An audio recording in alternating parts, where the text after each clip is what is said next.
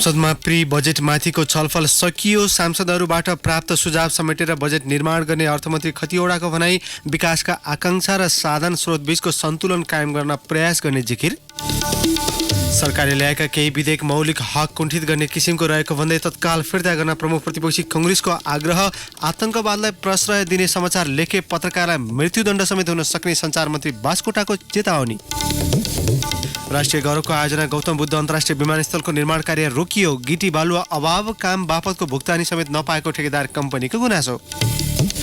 Internet messaging app व्हाट्सएपमा cyber आक्रमण, सावधानी अपनाउन 1,50 करोड प्रयोगकर्तालाई आग्रह। र अखिल नेपाल फुटबल सङ्घ एन्फाको वरिष्ठ उपाध्यक्षमा पङ्कज विक्रम नेमवाङ चयन। विधान विपरीत बैठक बोलाइएको भन्दै एक उपाध्यक्ष र 2 सदस्यद्वारा केन्द्रीय कार्यसमिति बैठक बहिष्कार। नमस्कार, कान्तिपुर डायरीका साथमा साथी लक्ष्मी र म अनिल। सुरु गरौँ मुख्य प्रसङ्गबाट। आगामी आर्थिक वर्ष 2076-77 को विनियोजन विधेयकका सिद्धान्त र प्राथमिकतामाथि संघीय संसदका दुवै सदनमा छलफल सकिएको छ। प्री बजेटमाथिको छलफलका क्रममा सांसदले उठाएको प्रश्नको जवाब दिने क्रममा अर्थमन्त्री युवराज खतिवडाले संसदबाट प्राप्त ग्रहणयुक्त सुझाव समेटेर बजेट तयार पारिने बताउनुभयो। 3 दिनसम्मको छलफलमा भएका सबै सुझावहरू जुन ग्रहण योग्य छन्, जसलाई बजेटमा समावेश गरेर जाँदा अझ हामीले सोचेको आर्थिक प्रणालीमा छिटो पुग्न, उन्नत ढङ्गले पुग्न सहयोग पुग्छ, ती कुराहरू समावेश हुने नै छन्। खास गरी सिद्धान्तको सन्दर्भमा र मौलिक हकको सन्दर्भमा के कुराहरू यहाँ उठेका छन्। प्रेस स्वतन्त्रताका कुरा उठेका छन्, मानव अधिकारका कुरा उठेका छन्, रोजगारीका हकका कुरा गरेका छन्। यीसँग सम्बन्धित कुनै पनि कानुनहरू संसदबाट पास हुने हुन्, संसदमा आएर छलफल हुने हुन् र संसदमा आएर छलफलको बिन्दुमा हामीले यहाँ उठाएका सबै विषयहरू स्वतः छलफलमा आउने नै छन्। यो कुरा म माननीय सदस्यज्यूहरूलाई विश्वस्त तुल्याउन चाहन्छु। विकासका आकांक्षा र साधन स्रोत बीच सन्तुलनका आधारमा आगामी आर्थिक वर्षको बजेटको आकार निर्धारण हुने अर्थमन्त्री खतिवडाको भनाइ छ। संविधानको प्रस्तावना र राज्यको निर्देशक सिद्धान्तले निर्दिष्ट गरेको लक्ष्य हासिल गर्ने विषयलाई आधार बनाएर बजेट बनाइने भन्दै उहाँले क्षेत्रगत आधारमा भन्दा नीतिगत, कार्यगत र योजनागत आधारमा बजेट विनियोजन हुने स्पष्ट पार्नुभयो। त्यसअघि विनियोजन विधेयकका सिद्धान्त र प्राथमिकतामाथिको छलफलका क्रममा नेकपाका सांसद अग्नि सापकोटाले उत्तरी छिमेकी मुलुक चीनसँगको सीमा नाका खोल्न पहल गर्नुपर्नेमा जोड दिनुभयो। तातोपानी नाका यो मेरो क्षेत्रमा त पर्छ, तर एउटा क्षेत्रमा सीमित हुने कुरा होइन। दिनमै 1 करोड भन्दा बढी राजस्व उठ्छ। मात्रै होइन, मितेरी पुल, अर्नीको भनेपछि त्यहाँ भिरकुटीको जन्ती मार्ग, यो राजनीतिक हिसाबले, कूटनीतिक हिसाबले, ऐतिहासिक हिसाबले, सांस्कृतिक हिसाबले, अहिले समृद्धिको विकासको हिसाबले पनि धेरै महत्त्वपूर्ण नाका हो। मैले अघि नै भनिसकेँ, वहाँ 1 महिना अगाडि जाँदा पुल चाहिँ भर्खर सुरु गरिएको थियो, 1 महिना पछाडि जाँदा चाहिँ त्यहाँ हेर्दै रहर लाग्दो खालको चाहिँ काम भइरहेको छ। तर यताबाट चाहिँ सोच्न पर्ने कुरामा अलिक कमी भएको छ। नेपाली कांग्रेसका प्रमुख सचेतक बालकृष्ण खाँडले सरकारले नीति तथा कार्यक्रम निर्धारण गर्दा प्राथमिकता छुट्याउन नसकेको भन्दै कृषि, पर्यटन, भौतिक पूर्वाधार, रोजगारी लगायतका विषयमा विशेष ध्यान दिन सरकारको ध्यानाकर्षण गराउनुभयो।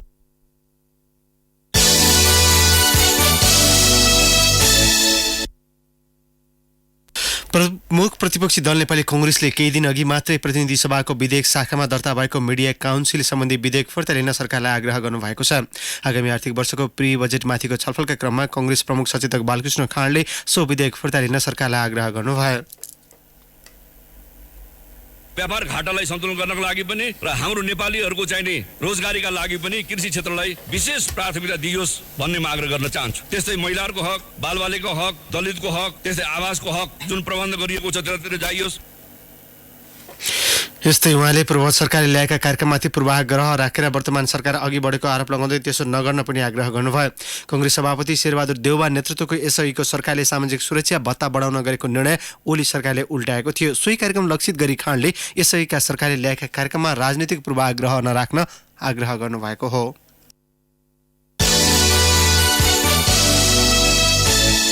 सूचना तथा संचार मन्त्री गोकुल बास्कोटा प्रस्तावित मिडिया कानूनको बचावट गर्दै पत्रकारमाथि खनिनु भएको छ। चितवनको सौराहामा नेपाल टेलिकमको एफटीटीएच सेवाको उद्घाटन गर्दै मन्त्री बास्कोटाले भन्नुभयो, अमेरिकामा पनि 1 करोड जरिवाना हुन्छ। थाहा छ कि छैन, आतंकवादलाई संरक्षण गरेर लेखे के हुन्छ, मृत्युदण्ड समेत हुन्छ। हुँदो रहेछ त संसारकै सबैभन्दा ठूलो डेमोक्रेटिक त्यही अमेरिका हो। उनले नेपालमा अहिले पनि शान्ति, सुशासन, समृद्धि, राजनैतिक स्थिरतालाई भत्काउनका निम्ति केही तत्त्वहरू सक्रिय भएको दावी पनि गर्नुभयो। राज्य शान्ति र न्यायलाई चुनौती दिने कुरामा कानून सक्रिय हुनै पर्ने सञ्चार मन्त्री बास्कोटाले जिकिर गर्नुभयो। उहाँले भन्नुभयो, संविधान भन्दा बाहिर कुनै कानून बन्दैन, बहस किन, प्रायोजित आन्दोलनको कुनै ओखति हुँदैन। केही साथीहरू दौडिएका छन् कुरै नबुझिकन। अदालत बाहिरबाट कुनै काम गर्ने खोजिएको छैन। अहिले कुरै नबुझी हिँड्दा पछि लाज लाग्ला। प्रस्तावित मिडिया काउन्सिल विधेयकमाथिको टिप्पणीप्रति मन्त्री बास्कोटाको सफाई थियो। प्रेस जगतलाई सरकारले नियमन गर्न लागेको र नियमनले उत्तरदायी बनाउने मन्त्री बास्कोटाको तर्क छ। उहाँले भन्नुभयो, हामीले भनेका छौं तपाई आफै स्वनियमित हुनुहोस्। नागरिकले कम्प्लेन गर्छ, हामीले छापेको समाचारले के राम्रो भयो के नराम्रो भयो हेर्नुस् भनेका छौं। तर समानुपातिक विज्ञापन नीति, श्रमजीवी पत्रकार ऐन कार्यान्वयनको विषय र विदेशी च्यानलमा क्लिन फिटको नीति अपनाउन लागेका कारण विरोध बढेको उहाँले बताउनुभयो। यसैबीच मिडिया काउन्सिल विधेयक प्रेस मैत्री बनाउन माग गर्दै पत्रकार महासंघले आज राष्ट्रिय सभा अध्यक्ष गणेश प्रसाद तिमल सिन्हाको ध्यानकर्षण गराएको छ। सरकारले संसदमा दर्ता गराएको मिडिया काउन्सिल विधेयकले प्रेस तथा अभिव्यक्ति स्वतन्त्रता हनन गर्ने भन्दै फिर्ता लिन सङ्घर्षमा उत्रिएको महासंघले आज राष्ट्रिय सभा अध्यक्ष तिमल सिन्हालाई भेटी विधेयकलाई प्रेस मैत्री बनाउने पहल गरिदिन आग्रह गरेको हो। विधेयक विरुद्ध चरणबद्ध सङ्घर्षका कार्यक्रम गरेको महासंघले आफ्नो कार्यक्षेत्रमा भोलि कालोपट्टि लगाएर काम गर्ने उल्लेख गरेको छ। यस्तै आगामी शुक्रबार संसद बाहिर र जिल्ला सदरमुकाममा सञ्चार साधन सहित बृहत प्रदर्शन गर्ने महासंघले जनाएको छ। प्रधानमन्त्री केपी शर्मा ओलीले नेपालमा लगानी गर्न कम्बोडिया सरकार र त्यहाँको निजी क्षेत्रलाई आग्रह गर्नुभएको छ। नेपालमा राजनीतिक तथा नीतिगत स्थिरता छाएको भन्दै प्रधानमन्त्री ओलीले लगानीका लागि उपयुक्त वातावरण सृजना भएको दावी गर्नुभयो। कम्बोडिया भ्रमणमा रहेका प्रधानमन्त्री केपी शर्मा ओलीले आज नेपाल कम्बोडिया बिजनेस फोरमलाई सम्बोधन गर्दै समृद्ध नेपाल सुखी नेपालीको लक्ष्य हासिल गर्नका लागि नेपाललाई बाह्य लगानी समेत आवश्यक रहेको बताउनुभयो। लुम्बिनी भ्रमणका लागि प्रधानमन्त्री ओलीले कम्बोडियाली जनतालाई आग्रह गर्नुभयो। दुई मुलुकबीच आर्थिक सम्बन्ध अघि बढाउन नेपाल प्रतिबद्ध भएको ओलीको भनाइ उद्धृत गर्दै प्रधानमन्त्रीको निजी सचिवालयले जनाएको छ। प्रधानमन्त्री ओली सहितको प्रतिनिधि मण्डल भोलि साँझ काठमाडौँ फर्कने।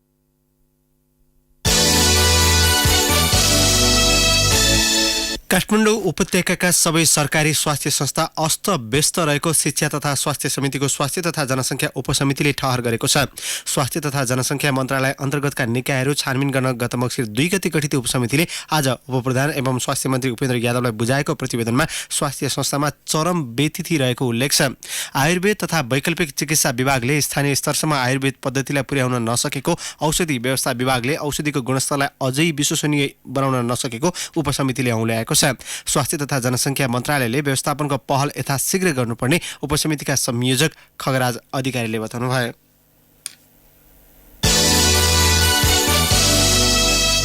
रेगुलेटरी बडी बनाउने सन्दर्भमा ऐनमै जाने कि या निर्देशिकाले बनाउने त्यो बारेमा मन्त्रालयले कार्य प्रारम्भ गर्नुपर्ने देखिन्छ। यस विषयमा मन्त्रालयको सहयोगमा हामीले गर्नुपर्ने नीतिगत निर्णय गर्ने, नीतिगत कुराहरू बनाइदिने काममा यो समिति पूर्ण रूपमा मन्त्रालयको पक्षमा छ, सरकारको पक्षमा छ, जनस्वास्थ्यको पक्षमा छ।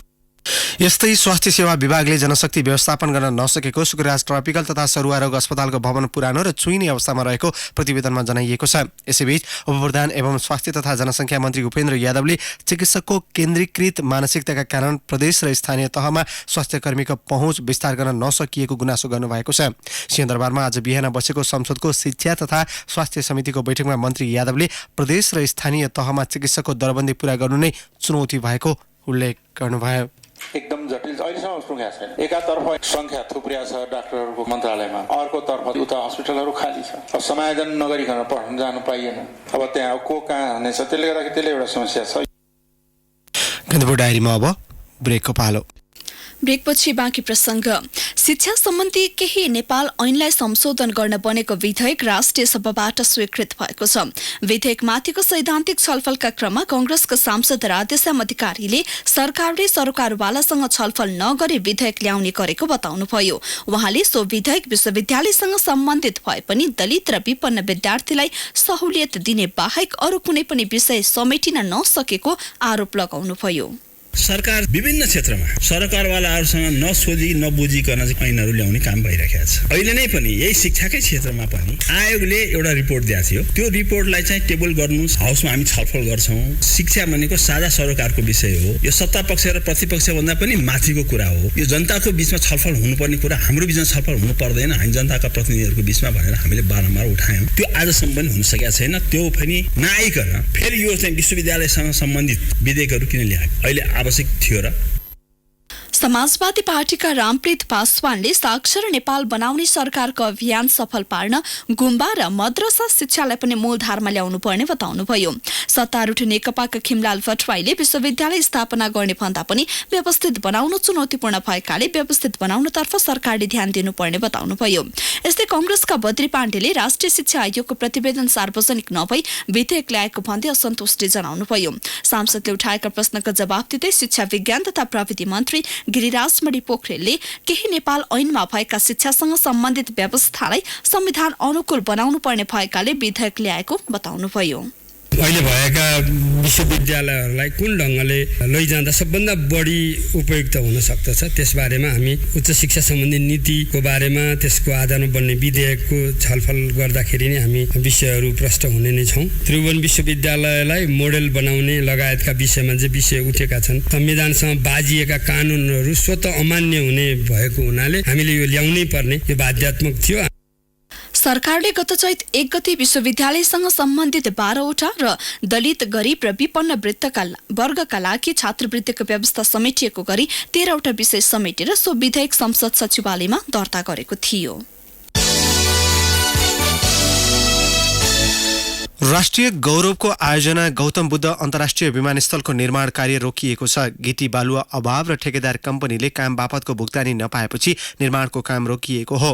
बुटवल उपमहानगरपालिकाले मूल्य बढाउन भन्दै ठेकेदार कम्पनीलाई गिटी बालुवा लान नदिएपछि असारमा सक्ने भनिएको विमानस्थलको काम रोकिएको आयोजनाले जनाएको छ। सरकारी ढिलाइले ठेकेदारलाई उपलब्ध गराउनुपर्ने खर्चको भुक्तानी हुन सकेको छैन भने बुटवल उपमहानगरपालिकाले सम्झौता अनुसारको नदीजन्य निर्माण सामग्री उपलब्ध गराएको छैन।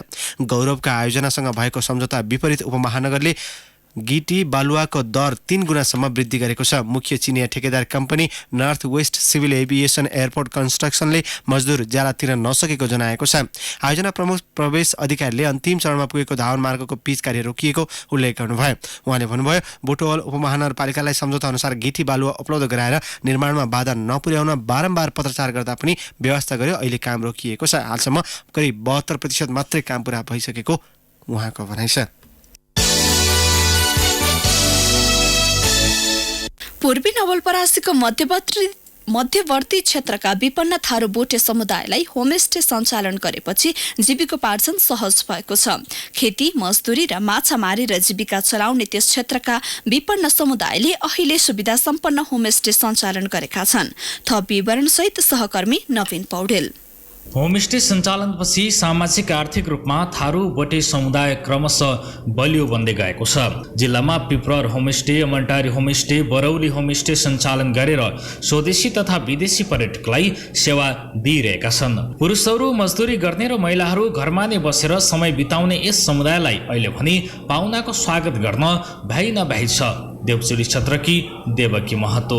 तर अहिले चाहिँ आय स्रोत पनि बढेको छ। हामी त्यसै बस्नुभन्दा अहिले व्यस्तमा छौँ। होमस्टेको पाहुनाहरूलाई स्वागत गर्दा बिदाईलाई खुवाइपियाई गर्दाखेरि हामी धेरै व्यस्त भएका छौँ। चितवन राष्ट्रिय निकुञ्जको नजिकै रहेको कारण छेउमा मध्यवर्ती सामुदायिक वन छ। केही वर्ष अघिसम्म संरक्षण हुन नसकेका कारण निकुञ्ज क्षेत्रमा जङ्गली जनावरको त्रास थियो। तर अहिले वन क्षेत्रको संरक्षण गर्न स्थानीय जुटेका छन्। वनलाई व्यवस्थित गरी पर्यटकलाई त्यही वन घुमाएर उनीहरूले थप आम्दानी समेत गर्दै आएका छन्। होमस्टे व्यवसाय पर्यटनमा समेत सहयोगी साबित भएको पिपरहर सामुदायिक होमस्टे देवचुलीका अध्यक्ष झनक बहादुर महतोले बताए। हामी होमस्टे सञ्चालन गरेर हामी चाहिँ जैव विविधता र वन्यजन्तु संरक्षण गर्नुपर्छ भन्ने एउटा हाम्रो धारणा आयो र धारणा आइसकेपछि जब यो कार्यक्रम हामी अगाडि बढाउँ र यो कार्यक्रम अगाडि बढाइसकेपछि हाम्रा यस नेपाल मात्र नभएका विदेशी राष्ट्रहरूको वैदेशिक व्यक्तिहरू पनि यस ठाउँलाई चाहिँ मन पराउन थालेर नवलपुर क्षेत्रको अमलटारी पिप्रह र बरौली होमस्टेले मात्र यस आर्थिक वर्षमा 15,000 भन्दा बढी आन्तरिक र बाह्य पर्यटक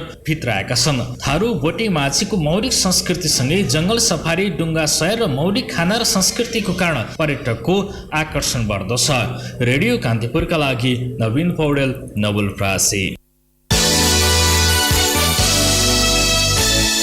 कान्तिपुर डायरीमा अब अर्घाखाँची डायरीको पालो। अर्घाखाँची डायरीबाट वीरेन्द्र केसीको नमस्कार। आगालागी हुन नदिने र नियन्त्रण गर्ने कुनै योजना नहुँदा 7 दिनदेखि लागेको आगो नियन्त्रणमा आउन सकेको छैन। साताभित्र अर्घाखाँचीको भूमिका स्थान नगरपालिकाको खिल्जी र नुवाकोटमा 10 घर जल्दा नुवाकोट माविको भवन आधा जल्यो। शीतगंगा नगरपालिकाको ठाडा, सिद्धरा, सिमलपानी र जुकेनाका जंगलमा 7 दिनदेखि आगालागीले वन सखा भएको छ। सिद्धराका 2 घर र 3 गोठ जले, चौपाया पनि मरेका छन्। पर्याप्त स्रोत साधन नहुँदा आगालागी नियन्त्रण गर्न कठिनाई भइरहेको इलाका प्रहरी कार्यालय ठाडाका प्रहरी नायक निरीक्षक शमशेर जीसीले बताउनु भयो। कर्मचारीको संख्या न्यून भएपछि जिल्लाको 6 स्थानीय तहमा दैनिक काम सञ्चालन गर्न समस्या भएको छ। सबै पालिकामा कार्यालय सहयोगी र खरिदारले अधिकृतले गर्ने काम गर्न बाध्य छन्। सबै पालिकामा 3 देखि 5 जनासम्म कार्यालय सहयोगी छन्। समायोजनमा संघ र प्रदेश रोजेका कर्मचारी जाँदैछन्। भएका कर्मचारी पनि अन्यत्र जाने भएपछि आर्थिक वर्षको अन्त्यतिर योजना सम्झौता, अनुगमन, भुक्तानी लगायतको काम गर्न सकस परेको गुनासो जनप्रतिनिधि तथा प्रमुख प्रशासकीय अधिकृतको छ। तल्लो कक्षामा विद्यार्थी न्यून भएपछि स्कुल समायोजन, कक्षा घटाउने र शिक्षक दरबन्दी कटौती गर्न सुरु गरिएको छ। यसको अगुवाई स्थानीय तहले गरेका छन्। मालारानी गाउँपालिकामा मावि 13, आधारभूत 47 र बाल विकास 3 गरी 63 विद्यालय छन्। त्यसमध्ये 17वटा आधारभूत विद्यालयका हाल पढाइ भइरहेका कक्षालाई घटाइएको छ।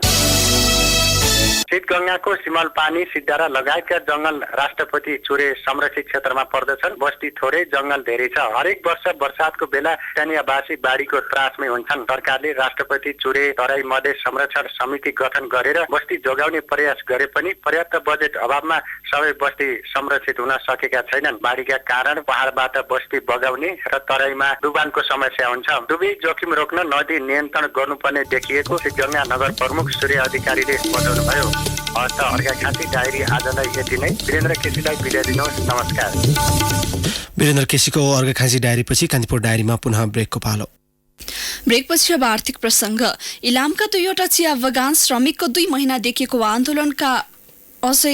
आन्दोलनका कारण अझै खुल्न सकेका छैनन्। मुलुकै पुरानो इलाम र कन्याम चिया बगान सञ्चालनमा आउन नसकेका हुन्।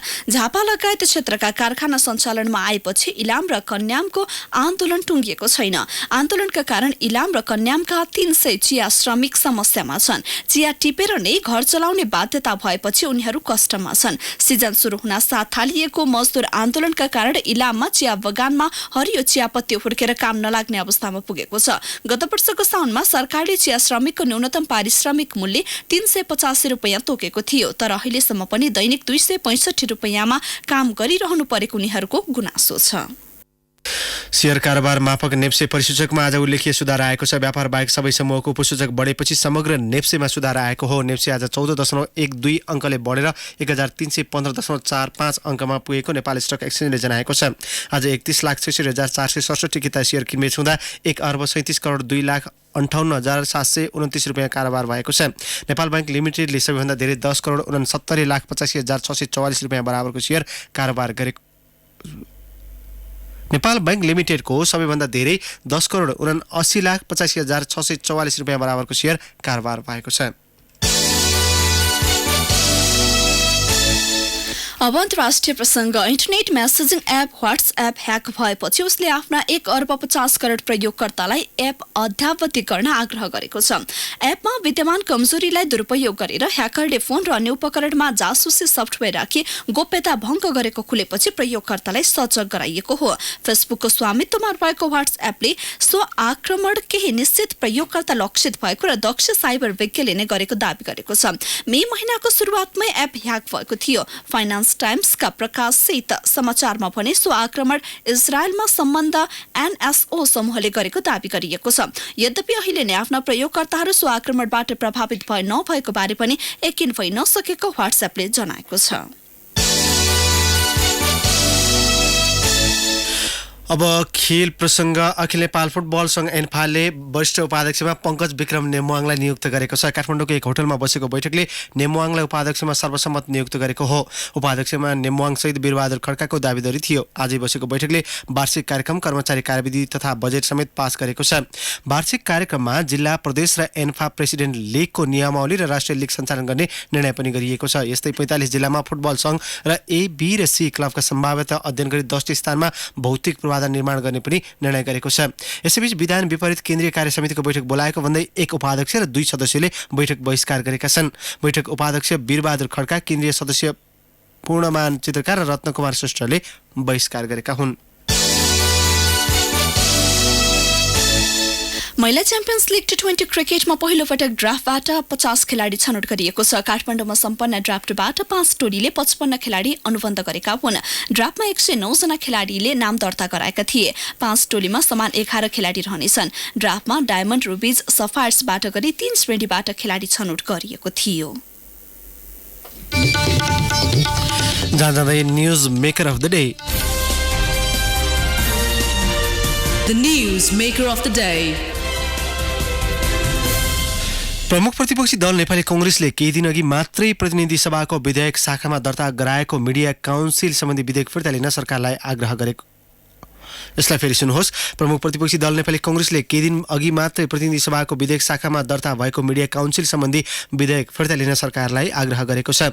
आगामी आर्थिक वर्षको प्री बजेट माथिको छलफलका क्रममा कांग्रेस प्रमुख सचेतक बालकृष्ण खाँडले सो विधेयक फिर्ता लिन आग्रह गर्नुभएको हो। संविधानमा नै जनताका मौलिक हक, मानवाधिकार र प्रेस स्वतन्त्रताको स्पष्ट व्यवस्था गरिए पनि मिडिया काउन्सिल सम्बन्धी विधेयक प्रेस स्वतन्त्रता कुण्ठित गर्ने खालको भएकाले फिर्ता लिन आग्रह गरिएको खाँडले बताउनुभयो। प्रमुख सचेतक खाँडले आजको प्रतिनिधि सभा बैठकमा राख्नु भएको धारणाको सम्पादित अंशलाई आजको न्यूज मेकर अफ द डेमा प्रस्तुत गर्दै कान्तिपुर डायरीबाट भने साथी लक्ष्मी र म अनिल बिदा माग्छौं। नमस्कार, शुभरात्रि। अब यो मौलिक अधिकारलाई कानुन गर्ने क्रममा कानुनको जिम्मेवारी सरकारको छ। सरकारले मौलिक हकलाई म कानुन गर्छु प्रतिबद्ध छु त भनेको छ, तर मौलिक हककै धारा चाहिँ संविधानको धारा 17 को 1 क मा यो विचार अभिव्यक्तिको स्वतन्त्रता छ, प्रेसको स्वतन्त्रता पनि छ, सञ्चारको हक पनि राखिएको छ। एकातिर सञ्चारको हकको सुनिश्चितता छ, प्रेस स्वतन्त्रताको सुनिश्चितता छ, नागरिक अधिकार र मानव अधिकारको सुनिश्चितता छ। तर हजुरको सरकारले नेपाल सरकारले हजुरको सरकारले चाहिँ नि विधेयक ल्यायो, नेपाल मिडिया काउन्सिल सम्बन्धी कानुनलाई संशोधन गर्नु बनेको विधेयक। यो विधेयक बिल्कुलै चाहिँ तपाईलाई प्रेस स्वतन्त्रतालाई कुण्ठित गर्ने, अभिव्यक्ति स्वतन्त्रतालाई कुण्ठित गर्ने, वैचारिक स्वतन्त्रतालाई कुण्ठित गर्ने खालको छ। त्यहाँले यो फर्काएर लैजानुहोस् भन्ने चाहिँ हाम्रो आग्रह छ। किनकि यो सिद्धान्तमाथि कुरा गरे तापनि सिद्धान्तमा चाहिँ मौलिक अधिकार प्रत्याभूति गर्छु, जोगाउँछु भनेर भन्ने, तर कानुन बनाउँदाखेरि विधेयक ल्याउँदाखेरि मौलिक अधिकारलाई नै कुण्ठित गर्ने खालको ल्याउने। त्यसै मौलिक अधिकारको अर्को धारामा नागरिकको अधिकार छ, मानव अधिकारको सुनिश्चितता छ। मानव अधिकारको सुनिश्चितताको लागि, मानव अधिकारको रक्षाका लागि मानव अधिकार आयोगको स्थापना गरिएको छ यो संविधानमा। र मानव अधिकार आयोगलाई एक स्वायत्तता स्वतन्त्रता प्राप्त संस्था हुनेछ भनेर चाहिँ हामीले कमिटमेन्ट गरेका छौँ। यो विधि र संविधानको व्याख्या हो, हाम्रो मात्रै चाहना होइन, यो संविधानकै चाहना हो, संविधानकै प्रबन्ध हो। तर अहिले सरकारले मानव अधिकार आयोगको चाहिँ विधेयक ल्याएको छ। त्यो विधेयकमा मानव अधिकारको स्वतन्त्रता र स्वायत्तता खण्डित गरिएको छ। त्यसकारणले म आग्रह गर्न चाहन्छु, यो मानव अधिकारको स्वायत्तता र स्वतन्त्रता खण्डित गर्ने खालको विधेयकले यहाँ प्रवेश पाउनु हुँदैन। त्यसलाई पनि सरकारले फिर्ता लिएर त्यसलाई चाहिँ संशोधन गरेर परिष्कृत गरेर उपयुक्त चाहिँ मानव अधिकारको रक्षा हुने खालको, मौलिक अधिकारको रक्षा हुने खालको ल्याइयोस् भन्ने चाहिँ म आग्रह गर्न चाहन्छु। र त्यस्तै समानताको हक पनि स्थापित गरिएको छ, शिक्षा सम्बन्धी हक पनि स्थापित गरिएको छ। प्रत्येक नागरिकलाई राज्यबाट आधारभूत तहसम्म शिक्षा अनिवार्य निशुल्क हुनेछ। माध्यमिक तहसम्मको शिक्षा निशुल्क पाउने हक सबै विद्यार्थीहरूलाई हुनेछ भनेर भनिएको छ। त्यसले आज यो हक हामीले संविधान ल्याउँदै पनि आज निजी महँगा विद्यालयहरूमा बच्चाहरू पढ्नु परिरहेको छ। कृपा गरेर यो ती विद्यालयहरूमा पनि निशुल्क गर्ने र निजी विद्यालयहरू बोर्डिङ स्कुलले दिएको स्तरको शिक्षा सरकारी विद्यालयले पनि दिने, सामुदायिक विद्यालयले पनि दिने सुप्रबन्ध गर्नको लागि आवश्यक चाहिँ योजनाको तर्जुमा गरियोस् भन्ने पनि म आग्रह गर्न चाहन्छु। जुन कमिटमेन्ट चाहिँ यो चाहिँ प्री बजेटमा आएको मैले देखिन।